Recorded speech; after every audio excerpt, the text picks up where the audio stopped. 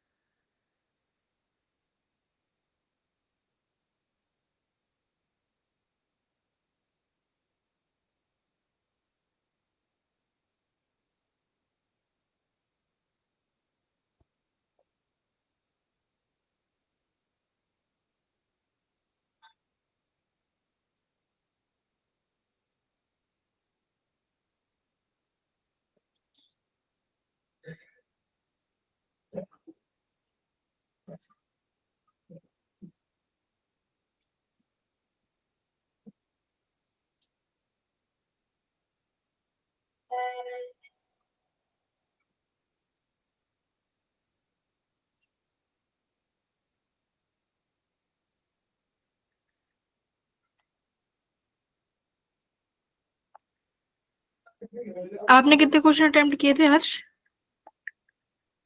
19 question ma'am. Negative कम किए ना मतलब आपने? Yes ma'am. नेगेटिव कितने थे? मैम टोटल ऐसे चेक नहीं किया मैंने। स्कोर तो देखा होगा ना, स्कोर तो सही है, कभी इसको भी उल्टा पुल्टा बता रहे हो? हम्म। मैम जेई की बात कर रही है ना। हाँ हाँ बेटा, जेई की बात कर रहे हैं। मतलब ठीक है, 45-50 नंबर के आसपास तो बैठ रहे हैं ना? Yes ma'am. ठीक है, बढ़िया, वेरी गुड।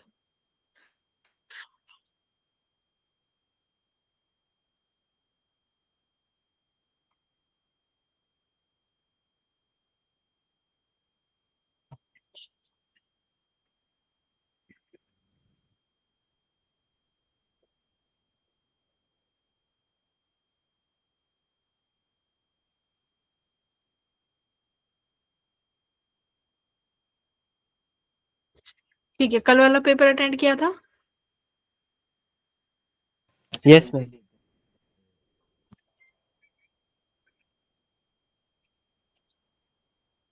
पहले वाले, हाँ बोलो। ठीक है। सॉरी।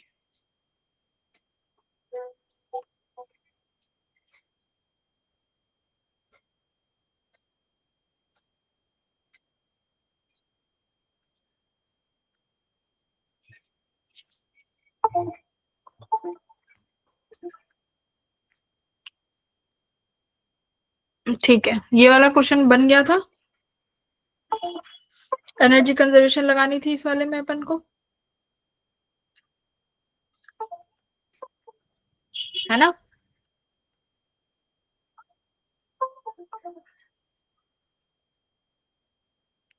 इसके वेलोसिटी निकालनी है, और इस वाले क्वेश्चन में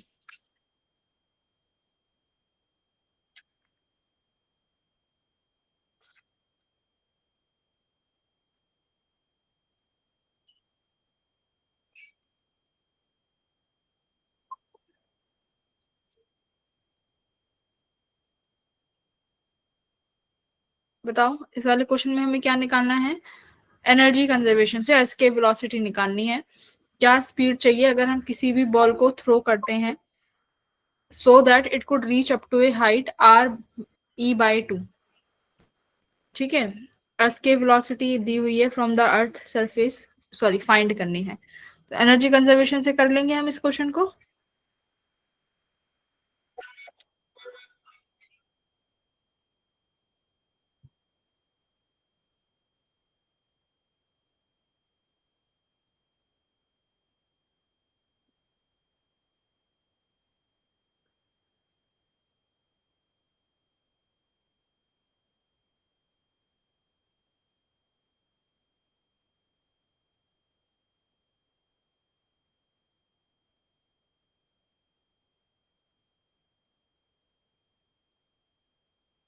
यही था ना पेपर? पेपर दिया भी है आप लोगों ने? यस मैम, दिया है। यही क्वेश्चंस थे ना? Yes ma'am.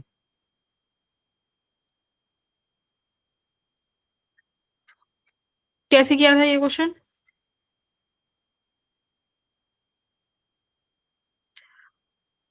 मैम इसमें हम्म दोनों जगह पोटेंशियल एनर्जी और काइनेटिक एनर्जी निकाल दी थी, और हम्म फिर मैम वहां से एक्सप्रेशन बना के वेलोसिटी की वैल्यू हम्म। निकाल दी। यानी total energy initially, total energy final के बराबर करा था। अर्थ की सरफेस से आपने इसको थ्रो किया है, तो इनिशियली काइनेटिक एनर्जी मान लेते हैं हाफ एम वी स्क्वायर हो जाएगी, वही एस्केप वेलोसिटी होगी। प्लस पोटेंशियल एनर्जी कितना है अर्थ की सरफेस पे, G M mass of earth upon radius of earth, correct? Yes ma'am. Equals to, finally क्या बोल रहा है उसने, फाइनली हाइट कितनी हो जाएगी, R E by to.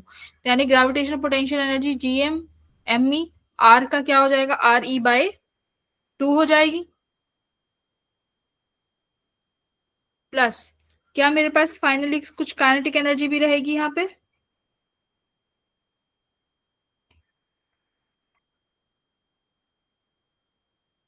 Are E by to हो जाएगी, सॉरी, तो आर ई ये है और आर ई बाई टू ये है, तो टोटल कितना हो जाएगा, three R E by two है ना?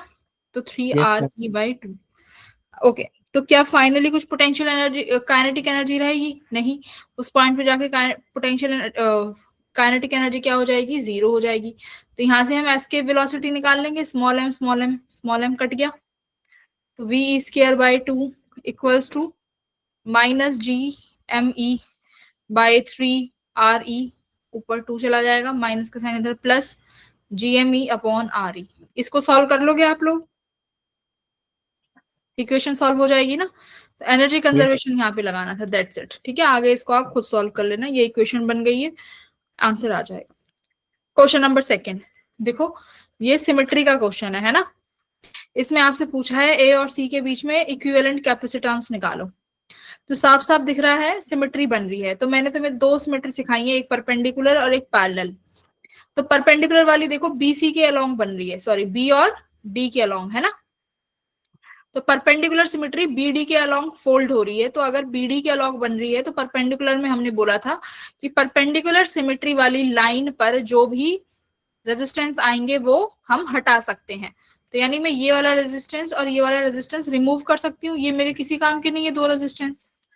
इन दोनों रेजिस्टेंस को क्या कर दो, रिमूव कर दो। उसके बाद क्या करो, पैरेलल सिमेट्री लगा लो एसी के अबाउट। ठीक है, पैरेलल सिमेट्री एसी के अबाउट लगा लो, तो सारे रेजिस्टेंस आर बाई टू हो जाएंगे, ये भी आर बाई टू, ये भी आर बाई टू, ये भी R by two, this one is also R by two, ये आर आर रहेंगे। क्लियर? इस तरीके से बन गई ना? अब देखो ये ऊपर वाला ये बन गया तुम्हारा, ये पॉइंट ए था, यहां पर ये रेजिस्टेंस आर, ये पॉइंट सी था, ये अपना रेजिस्टेंस आर। अब यहां पर दो रेजिस्टेंस ऐसे हैं, आर बाई टू फोल्ड हो जाता है ना रेजिस्टेंस, हाफ कर देते हो आप, करेक्ट? ऐसे ही यस ऊपर मैम। वाली ब्रांच, इसमें हमने रेजिस्टेंस आर बाई टू कर दिया और इसका ये रेजिस्टेंस आर बाई टू। बोलो कितना आसान हो गया अब सवाल। ऊपर आर बाई टू सीरीज में आर हो जाएगा, ये आर बाई टू सीरीज में क्या हो जाएगा, आर। आई थिंक ये तो सारे ही सीरीज में है, ये वाला सारा सीरीज में है, करेक्ट? Yes ma'am. तो ये कितना बन जाएगा, आर 2r और 3r। 3R। तो 3r और इनको पैरेलल में कर लो, कितना आ जाएगा? r और 3r पैरेलल में कितना आ गया? आई थिंक 3/4 आ जाएगा। 3/4r, right. तो ये अपना आंसर आ जाएगा। क्लियर हुआ? सबको Yes, आया ma'am. समझ में? पैरेलल परपेंडिकुलर दोनों एक साथ लगी हैं। उसके बाद क्वेश्चन नंबर थर्ड वाला बताओ। इसमें पूछा है कि ये जो सर्किट है ये किसका इक्विवेलेंट है? किसका इक्विवेलेंट होगा भाई? पहले में हमारे पास ये नॉर गेट है, ये भी नॉर है, करेक्ट। मैंने तुम्हें कराया हुआ है। नॉर और नॉर मिलके क्या बनाते हैं? दो नॉर गेट मिलके क्या बनाते हैं? और गेट। देखो, टू नॉर्स मिलके क्या बनाएंगे? टू नॉर्स मिलके और गेट ही तो बनाएंगे कि नहीं? और गेट के आगे ये नॉट गेट लग गया, तो फिर ये कौन सा गेट बना? नॉर ना, सिंपल सा नॉर गेट। बस तुम्हें सॉल्व भी नहीं करना आगे। ये मैंने जब तुम्हें वो चीजें कराई है ना, और से कौन सा गेट बनाना है, उसमें मैंने सिखाया हुआ है। तो दो नॉर गेट मिलके और गेट बनाएंगे। हमने सिखाया ना कि नॉर और नैंड गेट से क्या क्या बनाना सिखाया है भाई? नॉर गेट से और गेट सिखाया है, नॉर से नॉट सिखाया है, और नॉर से एंड गेट बनाना सिखाया है। सिमिलरली नैंड गेट से एंड गेट, नॉट गेट और गेट, ये चीजें सिखाई है बनानी, ठीक है? देखना, तो वहां पर कराया हुआ है कि दो नॉर मिलके और बनाते हैं, है ना। सिमिलरली दो नैंड मिलके क्या बनाते हैं? दो नैंड गेट मिलके क्या बनाएंगे? And gate. टाइम बनता है। हाँ, बता था। क्या कह रहे हो? दो नॉर और बनाएंगे, फिर एक और नॉट आ गया तो और प्लस नॉट क्या बना देंगे? Nor gate. तो ऑप्शन नंबर सी, ठीक है। Yes, ma'am. इसको करते हैं अभी लास्ट में। इसमें देखो मैच करना था, कौन सा सर्किट कौन सा है, बताओ भाई। प्योरली कैपेसिटिव सर्किट कौन सा है इसमें से? Ma'am, first. प्योरली कैपेसिटेंस में हमारा कौन आगे रहता है? Current, lead, Yes, ma'am. Voltage bye 90 degree, है ना। तो भाई करंट इसमें ही वोल्टेज को लीड कर रहा है 90 डिग्री से, तो ए का तो यही हो जाएगा। Yes, ma'am. इंडक्टिव में कौन लीड करता है? वोल्टेज लीड करती है करंट को बाय 90 डिग्री, तो प्योरली इंडक्टिव वाला फोर्थ हो जाएगा। Yes, ma'am. LCR at resonance, purely inductive, sorry purely resistive circuit, है ना। तो रेजिस्टिव सर्किट की तरह काम करेगा, जिसमें हमारे V और I के बीच में फेज डिफरेंस 0 होता है। तो भाई VI के बीच में फेज डिफरेंस 0 सेकंड वाले में है, तो यानी सी का कौन सा होगा? सेकंड। देखो V और I सेम ही लाइन पे है, तो LCR सीरीज सर्किट सिंपल सा बचा। VI के बीच में कुछ ना कुछ तो एंगल होगा, तो इसका थर्ड बचेगा, डी का। Clear? Yes, ma'am. Question number 8 से देखो, वेव का क्वेश्चन है। इसमें आपको क्या कहा है? मेरे पास दो वेव्स इक्वेशन दी हुई है। एक तो y1 दी हुई है 5/3x माइनस 4t का स्केयर प्लस 2, और एक y2 दी हुई है -5/3x प्लस 4t माइनस 6 का स्केयर प्लस 2। ऑप्शन 1 कह रहा है कि y1 जो है ना वो माइनस x डायरेक्शन में है। आप देखो y1 क्या x डायरेक्शन में है क्या? माइनस में। ये जब माइनस का साइन यहां आ जाता है तो वो किस डायरेक्शन में होती है? पॉजिटिव एक्स एक्सिस में। तो भाई ये तो पॉजिटिव एक्सिस में है। तो और ये y2 देखो यहां पर क्या लिखा हुआ है? 3x plus 4t। तो यानी ये किस में होगी? ये होगी नेगेटिव नेगेटिव एक्स एक्सिस में, है ना।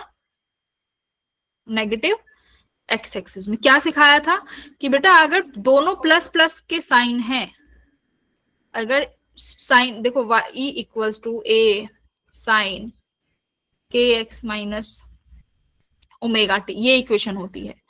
अगर एक भी साइन नेगेटिव है तो वेव किस में ट्रेवल करेगी? प्लस एक्सिस में, ठीक है।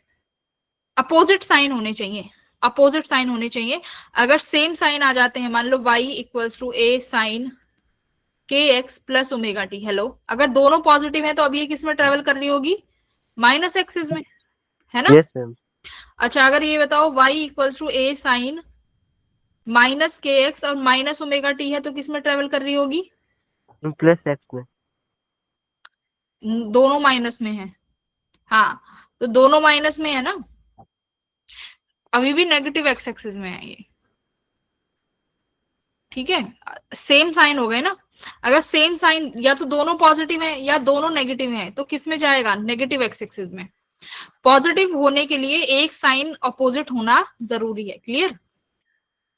तो y1 प्लस में y2 नेगेटिव में, तो ऑप्शन ए गलत हो गया। बी ऑप्शन y1 y2 दोनों प्लस एक्स में बताया है, ये भी गलत हो गया, राइट। सी चेक करते हैं। सी में देखो क्या होगा, इसने क्या कहा है कि अगर x इक्वल्स टू 1 हो जाता है तो अब x इक्वल्स टू 1 रखो y1 में, 3 माइनस 4t का होल स्क्वायर प्लस 2, y2 में रखो -5 3 प्लस 4t माइनस 6 का होल स्क्वायर प्लस 2, ठीक है। ये 3 प्लस 4t माइनस 6, इसको हम क्या लिख सकते हैं, मैम इसको 40 - 3। 4t माइनस 3 लिख सकते हैं ना। तो देखो ये क्या हो जाएगा, -5 अपॉन 4t माइनस 3 का होल स्क्वायर प्लस 2।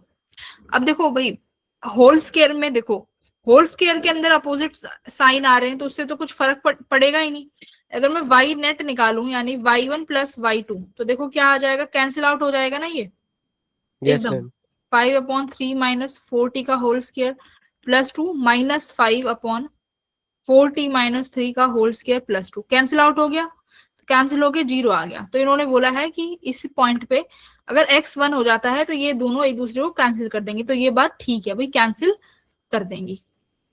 तो ऑप्शन सी हो जाएगा, क्लियर हुआ। Yes ma'am. क्वेश्चन नंबर 10 देखो, ये कह रहा है कि मेरे पास एक पोलराइजर है और एक एनालाइजर है। तो देखो, अगर सबसे पहले हम लगाते हैं बेटा पोलराइजर, ठीक है। ये मेरी यहां से आती है सबसे पहले अनपोलराइज लाइट, ठीक है। ये पोलराइजर हो गया। इसके बाद हम लगाते हैं एनालाइजर, ठीक है। यहां से बाहर निकलती है लाइट। अब सिंपल सी बात है, पोलराइजर से हमेशा जो लाइट इंटेंसिटी निकलती है ना, वो कितनी निकलती है, लाइट मैम इंटेंसिटी पोलराइजर से निकलती है वो हमेशा I0/2 हम लेके चलते हैं कि ठीक है, यहां से जो लाइट इंटेंसिटी निकली वो कितनी निकली, I0/2। अब ये I0/2 की इंटेंसिटी किस पे ड्रॉप हुई भाई, एनालाइजर पे।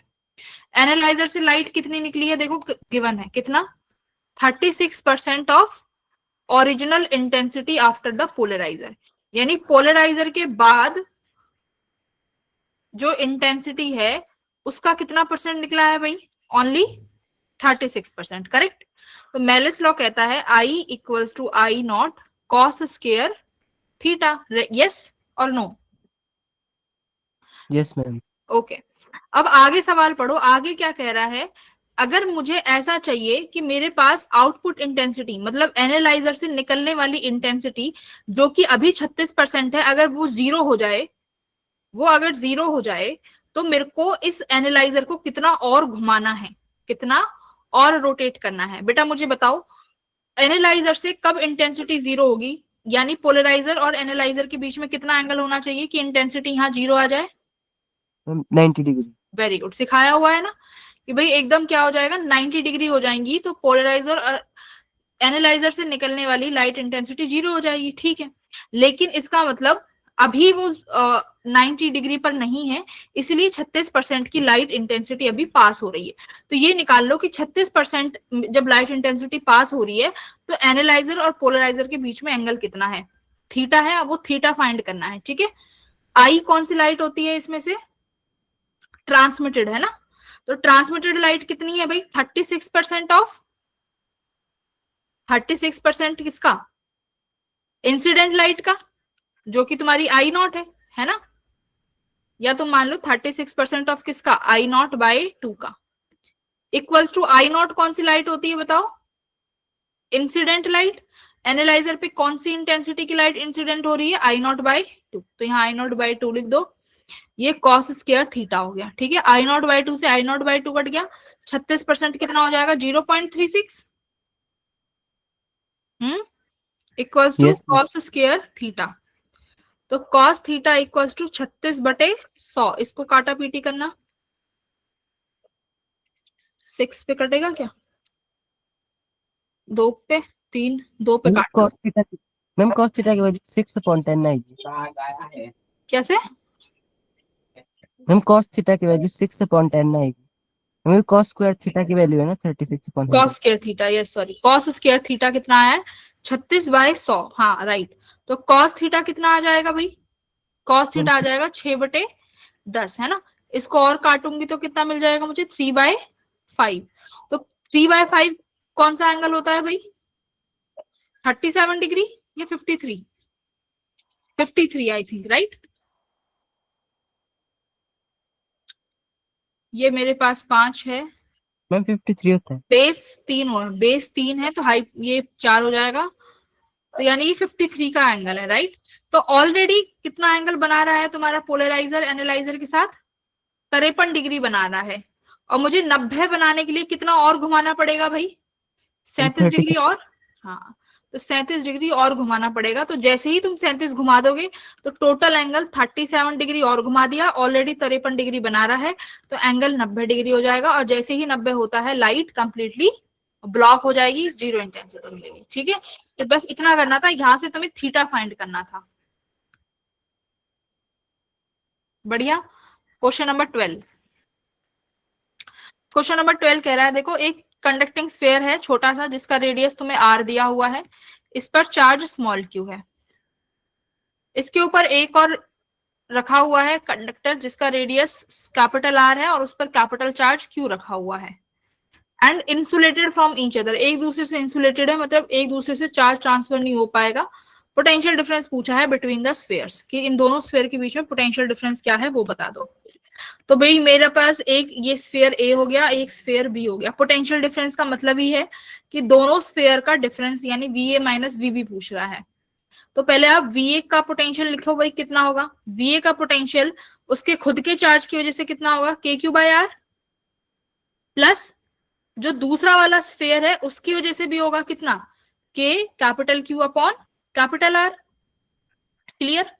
VB का पोटेंशियल कितना हो जाएगा, VB का पोटेंशियल एक तो खुद के चार्ज की वजह से K कैपिटल Q, उसकी रेडियस कैपिटल R, फिर जो अंदर इनिशियली छोटा चार्ज है इसकी वजह से भी होगा K small q, but distance क्या हो जाएगी, देखो आप बाहर वाले पर निकाल रहे हो तो रेडियस बढ़ जाएगा, कितना हो जाएगा, कैपिटल R। ठीक है, तो जब आप VA माइनस VB करोगे तो क्या कट जाएगा, ये कट गया, तो VA माइनस VB में मिला आपको KQ बाहर ले लो, 1 अपॉन स्मॉल, सॉरी Q भी नहीं ले सकते, अलग अलग है ना,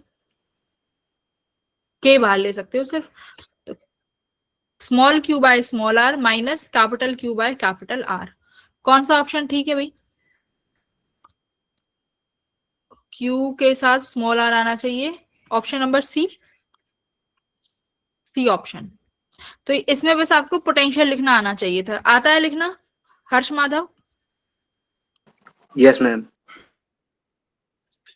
कर लोगे ऐसे क्वेश्चंस? Yes ma'am. जिसको नहीं आता पोटेंशियल लिखना सीख लेना, ठीक है। फिर ये वाला बताओ, इसमें बोला है कि भाई जो VRMS है वो under root of alpha plus 5 by alpha times है V एवरेज के, लिख देंगे। RMS कितनी होती है, under root 3RT upon M naught, कितना है एक बार फॉर्मूला बताओ, यही है क्या, V एवरेज कितना होता है 8 pi RT by M naught, यही होती है क्या, स्क्वायर रूट से स्क्वायर रूट कट जाएगा, RT by M naught 3 equals to 8 pi RT upon M naught multiply alpha plus 5 by alpha, M naught से M नॉट कट गया, RT से RT cut गया, तो अल्फा प्लस 5 बाय अल्फा कितना आया, 3/8 पाई। पाई 22/7 रखने को बोला है, तो अल्फा प्लस 5/अल्फा 3 8 मल्टीप्लाई 22/7 ऊपर चला जाएगा। इसको सॉल्व कर लो भाई, आ जाएगा आंसर।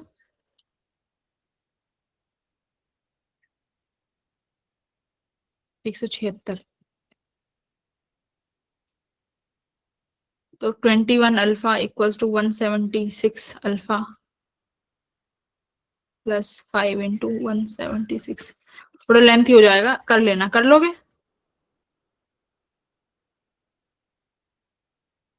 Yes ma'am.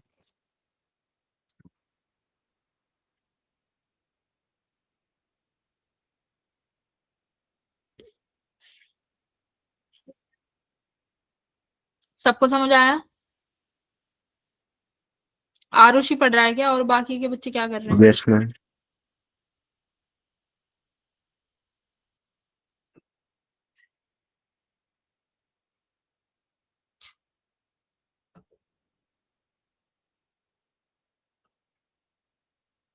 पढ़ो इस क्वेश्चन को।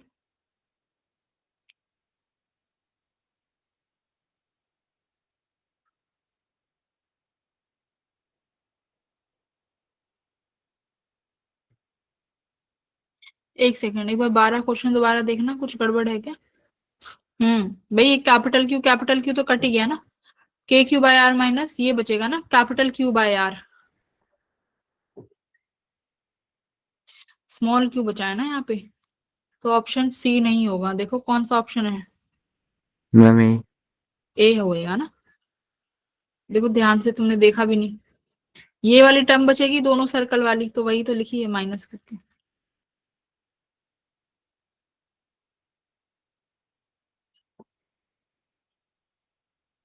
8 RT upon pi am not, formula सही है इसका वी एवरेज का, देखो मैम यही 8 RT/m0।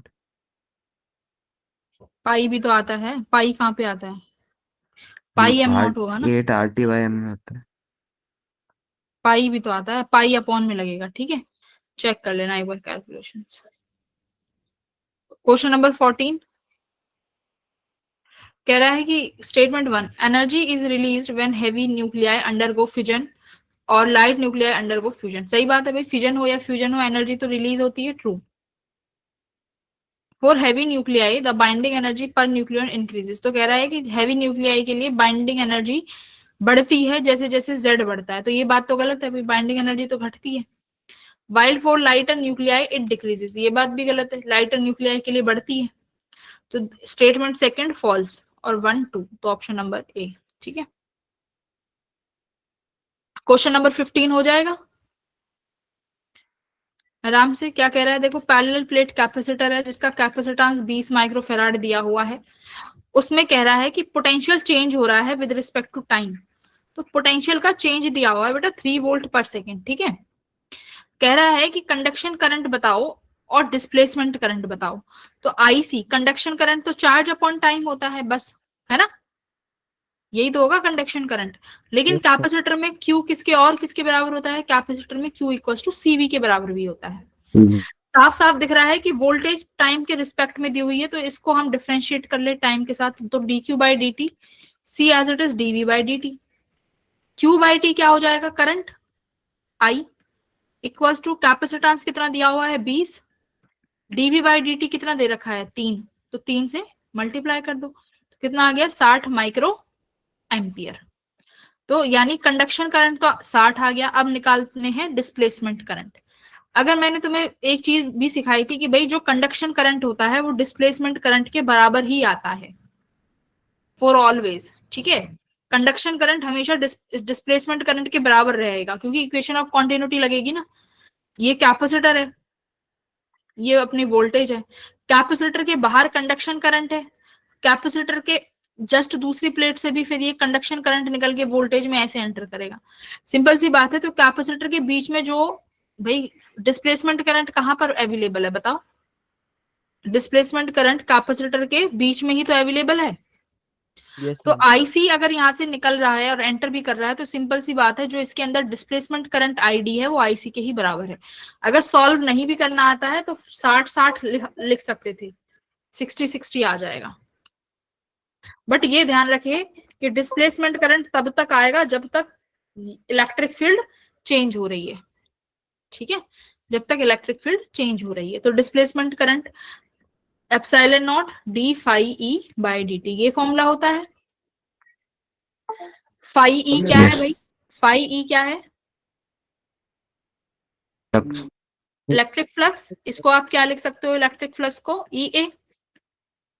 एरिया बाहर ले लो, कॉमन है, तो एप्सिलॉन नॉट ए बाहर आ गया, अंदर बचा डीई बाई डी टी, यानी इलेक्ट्रिक फील्ड का चेंज। क्या इलेक्ट्रिक फील्ड चेंज हो रही है, इलेक्ट्रिक फील्ड बेशक चेंज ना हो रही हो बट वोल्टेज चेंज हो रहा है, और हम इलेक्ट्रिक फील्ड को वी बाई डी लिख सकते हैं ना, yes V ma'am. By d, potential upon distance.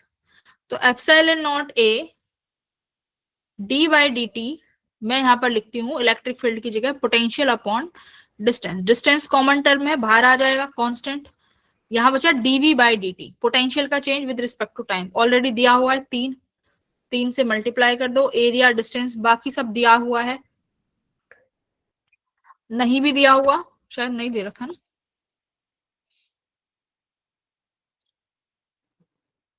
Connecting vires the displacement current capacitance नहीं दे रखा हमें, इसलिए ही नहीं दे रखा। हाँ मैम तो कैपेसिटेंस की वो बन गई, एक्सप्रेशन बन गई मैम। ए हाँ, right epsilon right right, parallel plate capacitor तो सी के बराबर ही हो गया ना, ये epsilon naught A by D है ना, और ये यस मुझे मैम। 20 माइक्रोफेराड दिया ही हुआ है, तो यहाँ से वेरी होगी, तो यहाँ से मेरे पास आई d equals to epsilon naught A upon d which is your capacitance 20 multiply 3, तो कितना आ गया 60 माइक्रोफेराड। ठीक है, यहाँ से भी कर सकते हो, great, well done. Question number 16 देखो, ये तुम्हारा है सेंटर ऑफ मास का। तो ये वाला मैंने क्वेश्चन इसलिए ही कराना है क्योंकि हमें सेंटर ऑफ मास लिखना आता है। कैसे लिखते हैं भाई, एक्ससीओएम का मैंने फॉर्मूला सुनाया है तुम्हें भाई, m1x1 लिखो plus m2x2 plus m3x3 and so on divided by total mass, है ना। तो देखो इसमें क्या किया है, इसमें पहले तुम्हें ये एक बोर्ड दिया हुआ है ABCD, A B C और D। इस ABCD बोर्ड का शीट का जो टोटल मास था वो m था, लेंथ A है और विड्थ इसकी B दे रखी है, ठीक है भाई। अगर इसका सेंटर ऑफ मास कहूं भाई, ABCD का सेंटर ऑफ मास बता दो कहां होगा, तो तुम कहोगे कहां होगा मैम, इसके ऑप्टिकल सेंटर पे। 2D ऑब्जेक्ट का सेंटर ऑफ मास कहां मिलेगा, उसके ऑप्टिकल सेंटर पे, O पे। यस और नो, हाँ या ना। Yes ma'am. भाई ये प्लेट है, इसका सेंटर ऑफ मास O पे मिलेगा। लेकिन अब यहाँ पर इसने बोला क्या कि अगर मैंने ये वाली प्लेट रिमूव कर दी, अब बताओ कि सेंटर ऑफ मास कहाँ आएगा, new centre of mass find करना है। जो रिमेनिंग पोर्शन बच जाएगा उसका सेंटर ऑफ मास। तो देखो कैसे करोगे इसका सेंटर ऑफ मास, टोटल वाले में से, ये टोटल का हो गया ABCD का, इसका सेंटर ऑफ मास निकालो, माइनस कर दो, जैसे अब करते थे ना कैविटी प्रॉब्लम में, पूरी का निकाल के जो कैविटी प्रॉब्लम है उसका माइनस कर देते थे। सेम यहां पर भी ऐसे करेंगे कि पूरे का सेंटर ऑफ मास में से क्या करेंगे, जो ये प्लेट हमने जो बाहर निकाली है इसका सेंटर ऑफ मास माइनस कर देंगे। क्लियर हुआ।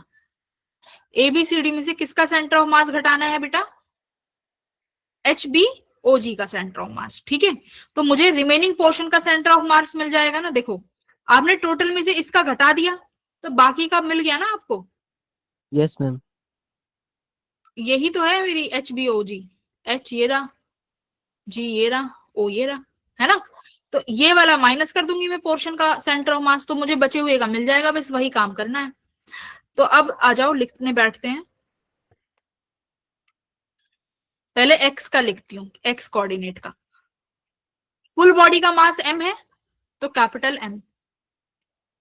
ओके, जो पूरी इनिशियल वाली बॉडी है उसका x की टर्म में सेंटर ऑफ मास कहाँ आ रहा है, देखो x का सेंटर ऑफ मास कहाँ आ रहा है पूरी बॉडी का, इधर O पे। तो x का कोऑर्डिनेट कितना हुआ सेंटर ऑफ मास का, A/2। x का ये वाला डिस्टेंस, टोटल A है तो ये A/2 2 हो जाएगा, तो आप लिखोगे MA/2।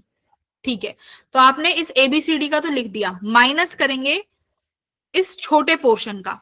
अब देखो भाई, इस छोटे पोर्शन का मास तो चाहिए होगा, टोटल का मास m है, तो हर क्वाड्रेंट का मास कितना होगा, m/4 होगा ना।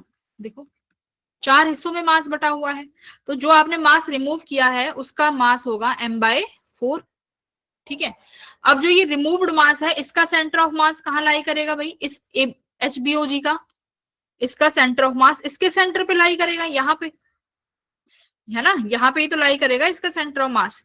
अब इसके कोऑर्डिनेट लिखो, कैसे लिखोगे इसका कोऑर्डिनेट, ये तो A/2 हो गया और ये और कितना हो गया, A/4 हो गया, राइट। तो अब आप लिखोगे A/2 प्लस A/4। कैलकुलेट कहां से करेंगे, कैलकुलेट पहले से ही करेंगे, जैसे एक ही फ्रेम से जहां से ले रहे हो आप। ठीक है, तो यानी A/2 डिस्टेंस ये हो गई और ये वाली डिस्टेंस अपनी कितनी हो गई, A/4। क्लियर हुआ। अपॉन टोटल मास, अब टोटल मास कितना है भाई, पहले टोटल m था, उसमें से आपने m/4 घटा दिया, तो टोटल कितना बचा आप फिलहाल 3m/4। Yes sir. तो ये x कोऑर्डिनेट आ जाएगा बचे हुए पोर्शन का। बात समझ आई। अब y कोऑर्डिनेट निकाल सकते हैं। y कोऑर्डिनेट क्या होगा भाई, सिमिलरली कैपिटल M यानी पूरे ब्लॉक का मास m इनिशियल, उसका y कोऑर्डिनेट कहाँ आ रहा है भाई, ये वाला y कोऑर्डिनेट हो जाएगा। देखो ये x था और ये y कोऑर्डिनेट है ना, तो x कोऑर्डिनेट A/2 पे है, तो y कोऑर्डिनेट कितना आ जाएगा, ये वाला B/2। ये b में है, देखो विड्थ b है, तो ये B/2 हो जाएगा, B/2 माइनस m/4। अब देखो इस वाले पोर्शन का सेंटर ऑफ मास इधर आ रहा है जो कट करा है, अगर ये डिस्टेंस B/2 है तो ये डिस्टेंस कितनी होगी, B/4। सक्षम समझ आ रहा है। Yes ma'am. हेलो, जो ये रिमूव्ड ब्लॉक है ना, इसका हमें सेंटर ऑफ मास ढूंढना है, वो भी तो सेंटर पे ही होएगा, तो इसका टोटल डिस्टेंस कितना हुआ, B/2 ये और B/4 ये, तो फिर से लिख दो B/2 plus B/4 upon total mass. Total mass कितना होएगा इसका 3m/4। कैलकुलेट कर लोगे, आंसर आ जाएगा। Got it. तो ये तरीका है, टोटल में से रिमूव्ड का माइनस कर देंगे इस तरीके से। आगे फिर ये वाला क्वेश्चन देखो, ये तो बढ़िया क्वेश्चन है और इजी भी है और अच्छा क्वेश्चन है। आपको वेलोसिटी दी हुई है, कैसी वेलोसिटी है, ये कांस्टेंट वेलोसिटी है। मुझे बताओ अगर वेलोसिटी कांस्टेंट होती है तो एक्सटी कर्व कैसा आता है, अगर पार्टिकल ओरिजिन से शुरू हुआ है तो। अरे मैम स्ट्रेट लाइन। ये एक्सटी कर्व है, एक्सटी ग्राफ होता है, वेलोसिटी कांस्टेंट है तो ये लीनियर ग्राफ आता है ना। ये क्या दिखा रहा है कि भाई यहाँ पर स्लोप कांस्टेंट है, और स्लोप क्या होता है भाई, एक्सटी का स्लोप क्या देगा, वेलोसिटी, और अगर स्लोप कांस्टेंट है तो इसका मतलब वेलोसिटी कांस्टेंट है। यस और नो। यस कांस्टेंट वेलोसिटी का कर्व ये ऐसे बनता है एक्सटी। तो अब इसमें सबसे पहले तो देखो कि सारे ही तुम्हें कांस्टेंट दिए हुए हैं, लेकिन ये -5 से कर्व शुरू हो रहा है तो ये तो हो नहीं सकता। ये +5 से शुरू तो हो रहा है लेकिन यहाँ पर तो वेलोसिटी घट रही है भाई, ये कैसे पॉसिबल है, राइट। डिक्रीजिंग ऑर्डर में कैसे है ग्राफ, ये नहीं हो सकता पॉसिबल। सी वाला देखो +5 से स्टार्ट है और बढ़ता हुआ जा रहा है, लीनियर है ना, पॉजिटिव स्लोप है, तो ये बात ठीक है, ये ग्राफ सही है। ये ग्राफ 0 से स्टार्ट है इसलिए नहीं होगा, तो कौन सा ग्राफ होगा, सी ऑप्शन। बोलो समझ आया। Yes yes ma'am. Ma'am. Yes 10th वाला भी देखो, 10th भी इजी है अगर छोड़ के आए हो तो। क्वेश्चन नंबर 19, सॉरी, इसमें तुम्हें क्या दिया हुआ है, देखो यहाँ पर तुम्हें दिया हुआ है there is some change in the length when a this newton of tensile force is applied. ठीक है, ये फोर्स अप्लाई करी गई है 33,000 न्यूटन की on a steel rod of area of cross section. Area दिया हुआ है तुम्हें 10⁻³ metre square. If the rod is heated the moduli of elasticity, moduli of elasticity दिया हुआ है तुम्हें 3 × 10⁻11। देखो गामा होता है, बीटा होता है और एक ईटा होता है ना, gamma Young's modulus, beta bulk modulus, eta modulus of elasticity है ना, मॉडुलस ऑफ रिजिडिटी भी बोल देते हो। ठीक है, तो ईटा किसके बराबर होगा भाई? Force upon stress upon strain, है ना? यही तो होगा। स्ट्रेस का मतलब ही फोर्स है अपॉन एरिया। स्ट्रेन क्या होता है? डेल्टा एल अपॉन एल, यही होगा। सवाल में क्या पूछा है आपसे? देखो सवाल में क्या पूछा है, आ गया, change in temperature required to produce the same elongation.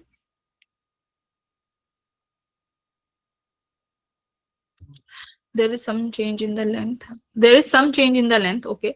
When this amount of Newton tensile force is applied on a steel rod of area of cross section this, ठीक है। तो मतलब यहां से तुम चेंज ये निकाल लोगे, स्ट्रेन, है ना? सिंपल सी बात है, मुझे यहां से स्ट्रेन निकालना है।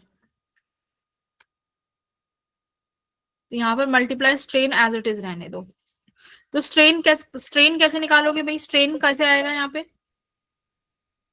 Strain equals to eta into area upon force. Given है मुझे ईटा कितना गिवन है, देखो 3 into 10⁻11 moduli of rigidity, area 10⁻³ force कितना दे रखा है? 33,000।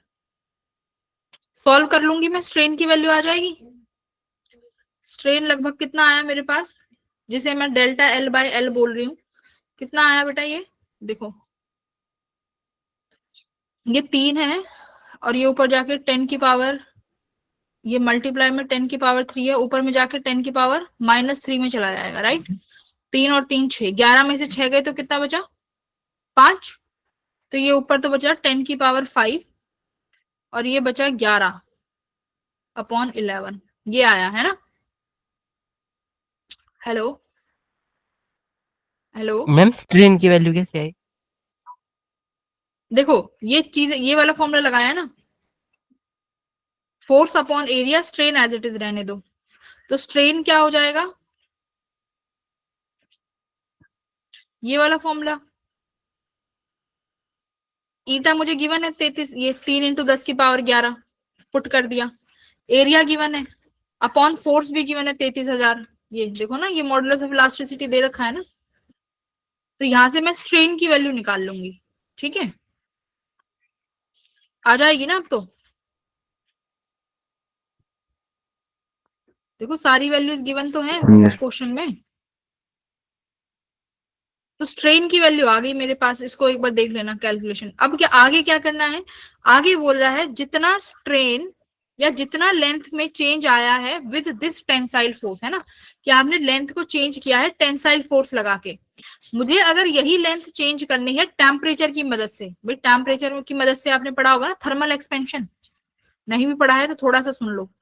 थर्मल एक्सपेंशन क्या होता है? टेम्परेचर के बढ़ाने से क्या होगा? चीजें एक्सपेंड करती है ना।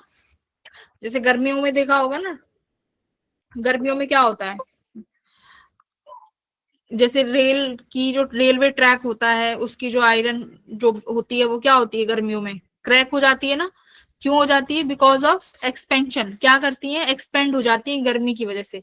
जैसे जैसे आप टेम्परेचर बढ़ाते हो, टेम्परेचर के बढ़ने से चीजें एक्सपेंड करती हैं, है ना। जैसे पानी को भी बॉईल करते हो तो पानी का वॉल्यूम बढ़ता है ना, वाटर का। अगर ऐसे ही कोई भी स्टील की रॉड है या वॉट, तो हर एक ऑब्जेक्ट का क्या होता है? टेम्परेचर बढ़ने पर एक्सपेंशन होता है। तो इसने पूछा है कि जितनी लेंथ का चेंज आपने 33,000 न्यूटन के फोर्स लगा के किया है, अगर मुझे उतना ही चेंज किससे करना हो? टेम्परेचर बढ़ाने से, तो मुझे कितना टेम्परेचर चाहिए? तो देखो यहाँ पर मेरे पास एक फॉर्मूला होता है, क्या? चेंज इन लेंथ किस पे डिपेंड करता है बेटा? Initial length, alpha is your temperature coefficient multiply by delta T. ये याद रखना, ये चेंज इन टेम्परेचर ही होता है डेल्टा टी, एग्जैक्ट टेम्परेचर नहीं निकाल सकते। ठीक है, तो डेल्टा एल अपॉन एल इधर ले आओ, equals to alpha delta T. Delta L by L अपन ने निकाल ही लिया, 10⁵ इक्वल्स टू अल्फा तुम्हारा टेम्परेचर कॉफिशिएंट है, देखो दे रखा है स्टील के लिए 1.8, तो यहाँ लिख दो 1.1 इंटू 10⁻⁵ इंटू डेल्टा टी। तो यहां से डेल्टा टी आ जाएगा। देख लो सॉल्व करके क्या आ रहा है। Delta T equals to 10⁵ upon 11 multiply 1.1 into 10 की पावर -5। ये तो कुछ ज्यादा ही आ गया, 5 ऊपर जाएगा तो 10 हो जाएगा। कैलकुलेशन में कुछ मिस्टेक हुई है, एक बार चेक कर लेना।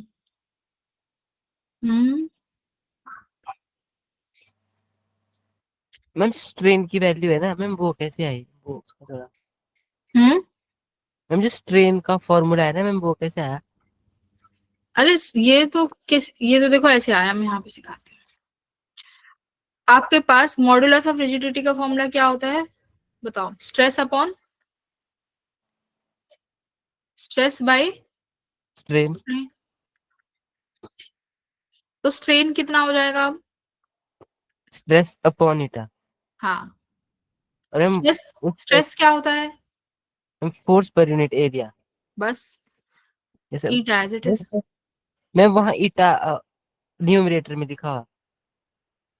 हम्म मैम जब हमने पहले की ना कैलकुलेशन, वहाँ ईटा न्यूमिनेटर में दिखा। मैम हम्म उस वजह से हो गया था। तब कैलकुलेशन में मिस्टेक आ रही है ना। Yes ma'am. फोर्स 33,000, एरिया 10 की पावर -3, ईटा कितना है 3 इंटू 10 की पावर 11, है ना। तो कितना आया अब यहाँ से स्ट्रेन? कैलकुलेट कर लोगे ना, कैलकुलेशंस हो जाएंगी। तो यहाँ से यस मैम। जो भी स्ट्रेन आए उसको किसके बराबर रख दोगे? स्ट्रेन यानी ये डेल्टा L बाय L आया है, ये किसके बराबर होगा? अल्फा डेल्टा टी के। ठीक है, इसको आप लीनियर एक्सपेंशन भी बोलते हो। L is your initial length, alpha is your temperature coefficient, delta is your change in temperature. ठीक है, अगर एरिया में हो तो एरिया में लगा सकते हो। कैसे? Delta A equals to initial area alpha, area के लिए फिर बीटा यूज होता है। ठीक है, बीटा डेल्टा टी। वॉल्यूम में भी लगा सकते हो, इनिशियल वॉल्यूम बीटा के लिए फिर गामा आ जाएगा डेल्टा टी।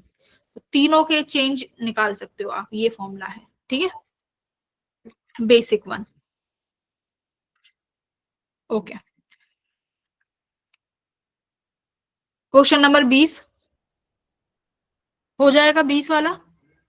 इसमें आपको दो इक्वेशन बनानी है बेटा, दोनों फोटो कैथोड की, और फिर डिवाइड कर देना। मान लो इनिशियली बना रही हूँ, देखो दोनों आइडेंटिकल फोटो कैथोड है, इसका मतलब दोनों का वर्क फंक्शन सेम होगा। ठीक है, तो पहले वाले के लिए लिख रहे हैं, फ्रीक्वेंसी अलग अलग है, तो मतलब एच पहले वाले के लिए फ्रीक्वेंसी f1 है, तो इंसिडेंट लाइट एच f1 हुई। ये कैसे एक्सपेंड होगी? H f1 work function plus kinetic energy. तो पहले वाले में काइनेटिक एनर्जी कितनी है? v1 है ना, तो हाफ m v1 स्केयर। दूसरे वाले में आपने f2 का फंक्शन यूज करा, work done same, work function same रहेगा क्योंकि आइडेंटिकल है, प्लस हाफ m v2 का स्केयर। दोनों को माइनस कर दो। ठीक है, आपस में दोनों को माइनस कर दो तो h कॉमन आ जाएगा, क्या बचेगा? f1 minus f2, W W cut जाएंगे, 1/2 m v1 माइनस v2 का होल स्केयर, यही बचेगा। देखो नहीं एक मैम, बार। v1 square minus v2 square. हाँ, मैम f1 में से f2 घटाया ना,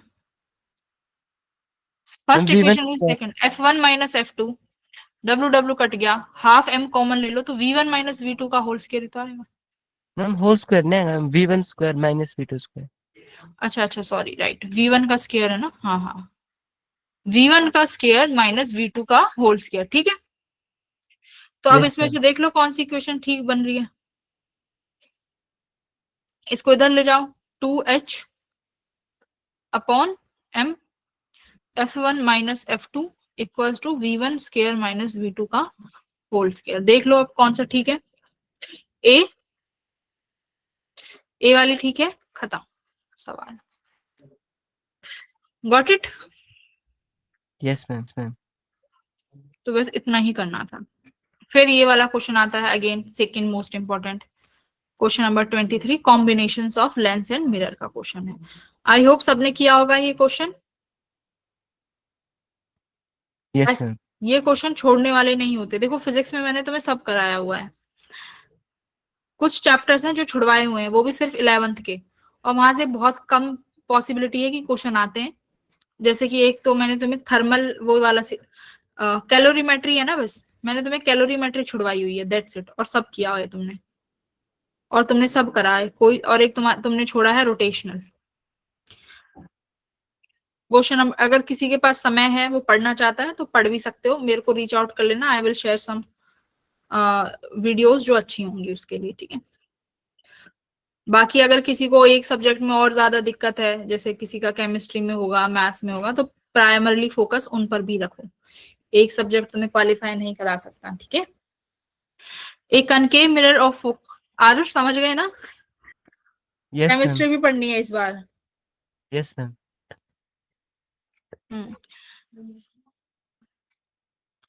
एक concave mirror of focal length 20 centimetre. तो देखो सबसे पहले ये लेंस दे रखा है और ऑब्जेक्ट लेंस के आगे ही रखा हुआ है, तो सबसे पहले हम यहां से क्या निकालेंगे, इमेज निकालेंगे कि इमेज कहाँ बनेगी। तो क्या formula 1/x equal to 1/v minus 1/u, हम v निकाल लेंगे यहां से, ठीक है। फोकल लेंथ गिवन है, एवरीथिंग इज गिवन, तो यहां से आप निकालो f की वैल्यू सबसे पहले, सॉरी v1, फोकल लेंथ कितनी गिवन है 10 सेंटीमीटर। तो फोकल लेंथ कनकेव लेंस की फोकल लेंथ क्या लेते हो भाई, कन्वेक्स लेंस की फोकल लेंथ पॉजिटिव होती है, तो 10 सेंटीमीटर प्लस का लिखना, ठीक है। ऑब्जेक्ट यानी यू क्या लिखोगे, माइनस और पॉजिटिव, माइनस का लिखेंगे, कितनी दूर है 15 सेंटीमीटर, ये वैल्यू पुट कर दोगे तो यहाँ से तुम्हें ऑब्जेक्ट इमेज मिलेगी 30 सेंटीमीटर पे, ठीक है, प्लस का। अगर इमेज प्लस का 3 सेंटीमीटर है तो यानी देखो कितना बन रहा होगा, प्लस का है तो मतलब पीछे की तरफ बनेगी 10 सेंटीमीटर, तो यही है इमेज, कहीं यहां बनेगी I1, इस मिरर से कितनी पीछे 20 सेंटीमीटर दूरी पे, क्लियर हुआ।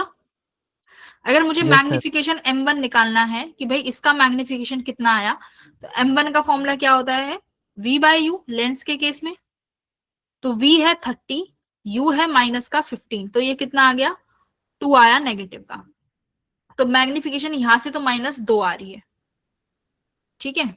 हाइट निकालना चाहते हो तो मैग्निफिकेशन से और क्या निकल सकता है भाई, हाइट ऑफ इमेज अपॉन, क्या हमें ऑब्जेक्ट की हाइट दे रखी है, यस 3 मीटर, देखो ये दी, an object of height 3 mm, correct. तो यहां से height of image upon height of object किसके बराबर होगा, V/U, ठीक है। V/U आया है -2, तो हाइट ऑफ इमेज कितनी आ जाएगी बेटा, -2 मल्टीप्लाई हाइट ऑफ ऑब्जेक्ट 3, तो यहां से कितना आया -6 mm, है ना। तो हाइट ऑफ इमेज -6 mm आया है, तो इसका मतलब नीचे की तरफ बनेगी ऐसे 6 mm की हाइट एक्सपेंड हो गई, ऐसे, क्लियर हुआ। Yes ma'am. ओके तो ये इमेज ये आई है अभी फाइनली, इसकी वजह से जरूरत भी नहीं थी बट स्टिल ठीक है। अब हमें क्या निकालना है फ्रॉम दिस मिरर, भाई अब ये जो मिरर है आपका कन्वेक्स लेंस, कनकेव मिरर जो है, ये कनकेव मिरर कहां पर इमेज बनाएगा, तो कनकेव मिरर के लिए ऑब्जेक्ट ये इमेज हो जाएगी, इससे कितना पीछे है 20 सेंटीमीटर पीछे, तो आप लिखोगे 4 मिरर, तो 4 मिरर फोकल लेंथ कितनी है, मिरर की फोकल लेंथ कितनी हो जाएगी, कनकेव मिरर है तो नेगेटिव का हो जाएगा कितना, इसकी फोकल लेंथ 20 सेंटीमीटर है तो -20, वी ऑब्जेक्ट की डिस्टेंस कितनी है 20 सेंटीमीटर, प्लस का लोगे कि माइनस का, वर्चुअल, ये इसके लिए वर्चुअल ऑब्जेक्ट की तरह काम कर रहा है, राइट, ये वर्चुअल ऑब्जेक्ट है तुम्हारे लिए, तो अगर ये पोल है तो कैसे काउंट करोगे, इसको पॉजिटिव लोगे कि नेगेटिव लोगे, पॉजिटिव। पॉजिटिव। यू को पॉजिटिव लोगे, वर्चुअल ऑब्जेक्ट है ये, पीछे रखा हुआ है, ये पोल है,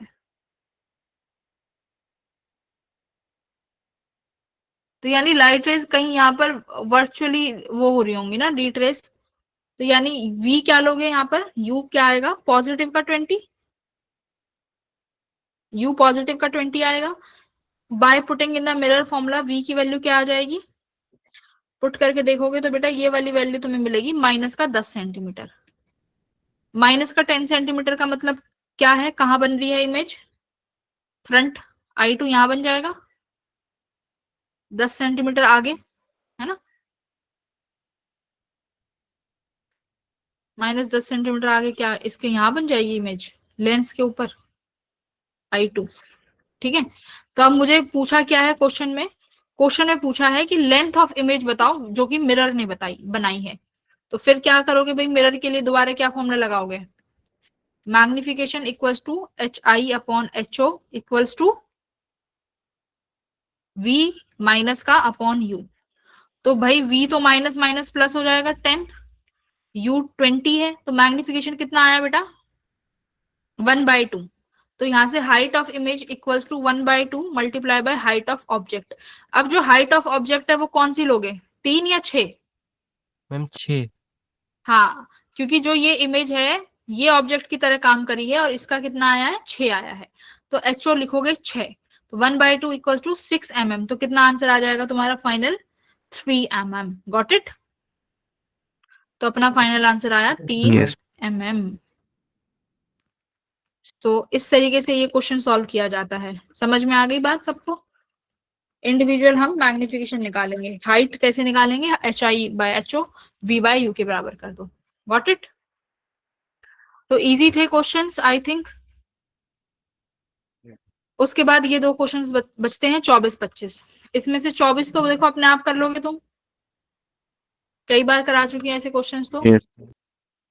25वां देखो, 25वां भी बहुत आसान है। इसमें तुम्हें दो इंडक्टर्स दिए हुए हैं, इंडक्टर L1, इसके पास इनिशियली इंटरनल रेजिस्टेंस दिया हुआ है 3 ओम। सेकंड इंडक्टर दिया हुआ है, उसका रेजिस्टेंस दिया हुआ है तुम्हें 4 ओम। ठीक है, इसको हम एक रेजिस्टेंस के साथ कनेक्ट करते हैं जो 12 ओम का है। एक बैटरी लगा देते हैं हम 5 वोल्ट की, इस तरीके से। ठीक है, कह रहा है कि आई मैक्स और आई मिनिमम निकालो, बहुत इंपॉर्टेंट क्वेश्चन है ये। ठीक है, तो आप देखो यहाँ पर इंडक्टर की प्रॉपर्टी का यूज होना है।